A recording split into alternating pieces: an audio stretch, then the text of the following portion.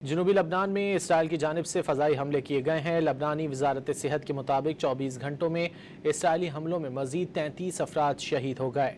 عرب media کے مطابق اسرائیلی لڑاکا طیاروں نے بیت لیف حانین کو نشانہ بنایا گیا۔ صہیونی فوج نے بیروت کے جنوبی مضافات سے انخلا کے نئے احکامات بھی دے دیے۔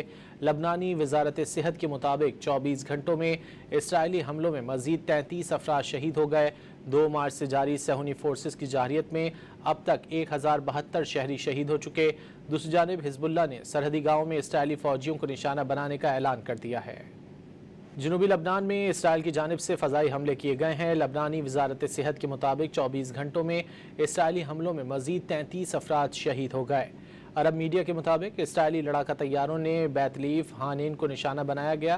صہیونی فوج نے بیروت کے جنوبی مضافات سے انخلا کے نئے احکامات بھی دے دیے۔ لبنانی وزارت صحت کے مطابق 24 گھنٹوں میں اسرائیلی حملوں میں مزید 33 افراد شہید ہو گئے۔